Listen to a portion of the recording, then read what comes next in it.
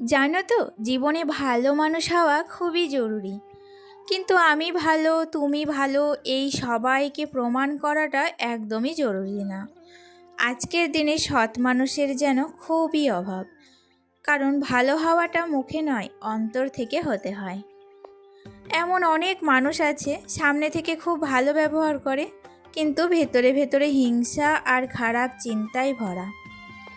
একটু পিছনে তাকিয়ে দেখো, যারা তোমার সাথে খারাপ ব্যবহার করেছে, বিশ্বাসঘাতকতা করেছে, তারা কিন্তু সত্যিকারের ভালো নেই। কারণ একটা কথা সবসময় সত্যি, কাউকে ঠকিয়ে কখনোই ভালো থাকা যায় না। আর যদি থেকেও থাকে, সেই ভালো থাকাটা শুধু ক্ষণিকের জন্য।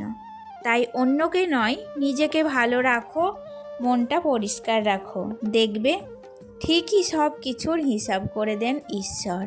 অনেক কথা, অনেক গল্প হবে, তার আগে নিজের পরিচয়টা দিয়ে দিই। নমস্কার, কেমন আছো সবাই? আশা করি সবাই খুব ভালো আছো, আর আমরাও সবাই খুব ভালো আছি। আমি সুমি। আজকে আমার আরও একটি নতুন ব্লগে তোমাদের অনেক অনেক স্বাগত জানাই। কালকে রাত্রিবেলা অতটাও ভালো ঘুম হয়নি, তাই খুব সকালেই উঠেছিলাম। আর এখন না প্রচুর গরম পড়ে গেছে, আর এই প্রচণ্ড গরমে সংসারের কাজগুলো করতে প্রচুর কষ্ট হচ্ছে। তাই আমি ভাবলাম যে এই গরম যতদিন থাকবে আমি খুবই সকালে উঠব, আর সকালে উঠে আমার সংসারের প্রত্যেকটা কাজ খুব তাড়াতাড়ি শেষ করার চেষ্টা করব। দেখো, সংসারের কাজ যখন আমার আর আমারকেই যখন করতে হবে, তখন তাড়াতাড়ি করে নেওয়াই ভালো। তারপর আমরা কিন্তু একটু আরাম, একটু রিল্যাক্স করতেই পারবো। আর সংসারের কাজের তো শেষ নেই। আমি যতই কাজ কমপ্লিট করি না কেন, কাজ তো থেকেই থাকবে।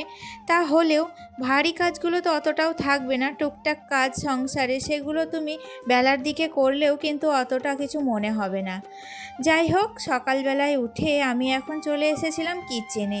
আজকে কিচেনটাকে একটু ভালোভাবেই পরিষ্কার করব। আর আমার কিচেনটা না অন্যদের মতো অতটাও লাক্সারি না, আমার কিচেনটা খুবই সাদামাটা, যেমন গ্রাম বাংলার কিচেন হয়ে থাকে ঠিক সেই রকম আমার কিচেন। আমারও ইচ্ছা আছে অনেক সুন্দর করে আমার কিচেনটাকে একটু মডিউলারি কিচেন বানানোর। যদি কোনো দিন নিজের পায়ে দাঁড়াতে পারি, নিজের রোজগার করতে পারি, সেই দিন আমার ইচ্ছা, আমার শখগুলোকে একটু একটু করে সব পূরণ করার চেষ্টা করব। ততদিন এভাবেই থাকুক, এভাবেই চালাবো সব কিছু। আসলে নিজের শখ পূরণ করতে হলে নিজের ইনকাম এবং নিজের টাকায় করাটাই ভালো, তাহলে কেউ কিছু বলতে পারবে না।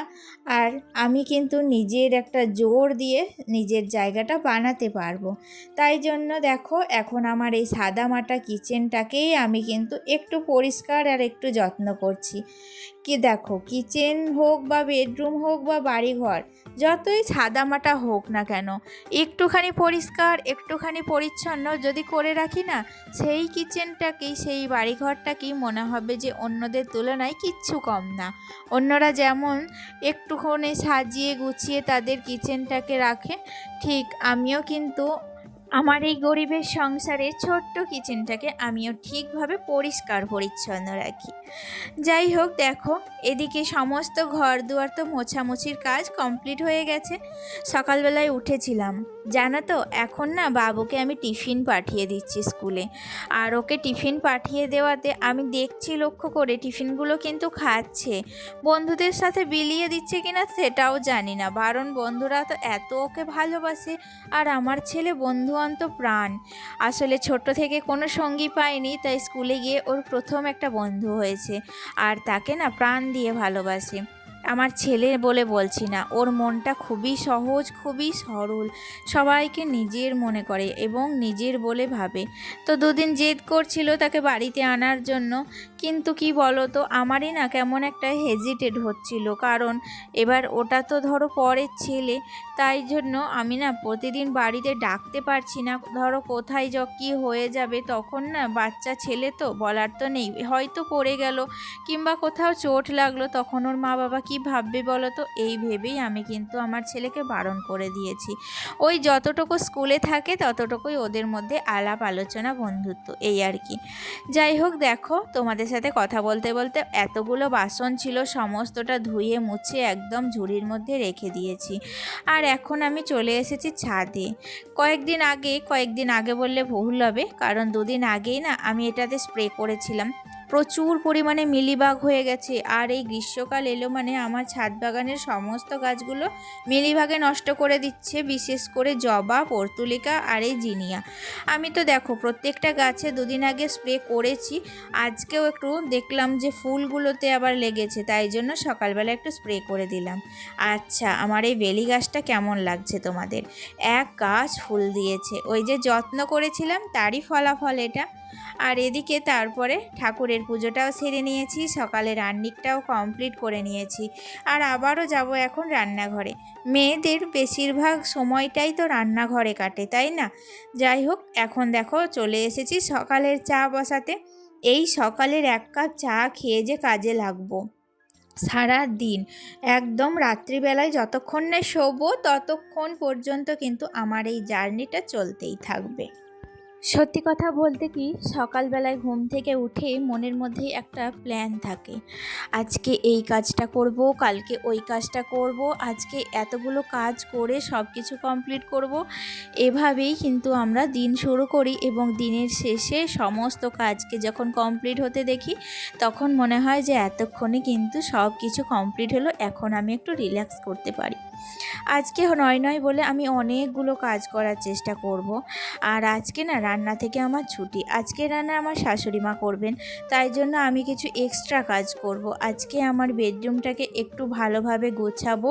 আর দেখতেই পেলে সকালবেলায় কিচেনটাকে তো পরিষ্কার করে নিয়েছি, তার সাথে কিছু রিফিল করার ছিল, সেগুলো কিন্তু রিফিল করে নিলাম। দেখতেই পাচ্ছ কিছু ডাল এবং কিছু বিস্কিট ইত্যাদি সমস্ত কিছু ছিল স্ন্যাক্স, সেগুলো আস্তে আস্তে সব কিছু ভালো করে রিফিল করে জায়গা মতো রেখে দিলাম। আর কি বলো তো, এখন চলে এসেছি বেডরুমটাকে একটু গুছিয়ে নেব। বললাম যে বেডরুমটাকে একটু ক্লিন করব, আর সব কিছু ক্লিন করে আবার একটু বাইরে বেরোতে হবে, তাই জন্য একটু তাড়াহুড়োর মধ্যেই আছি। তাছাড়া অনেক কাজ এখনও করেছি, সেগুলো তোমাদের সাথে শেয়ার করাই হয়নি। দেখবে যে কোনো কাজ ক্যামেরা সেট করে করতে গেলে যে কাজটা আমাদের আধ ঘন্টা সময় লেগে যায়, অফ ক্যামেরায় সেই কাজটা কিন্তু করতে আমাদের খুব জোর 5 মিনিট কি 10 মিনিট লাগে। প্রত্যেকটা কাজ তো আর ক্যামেরা বন্দি করা সম্ভব হয় না।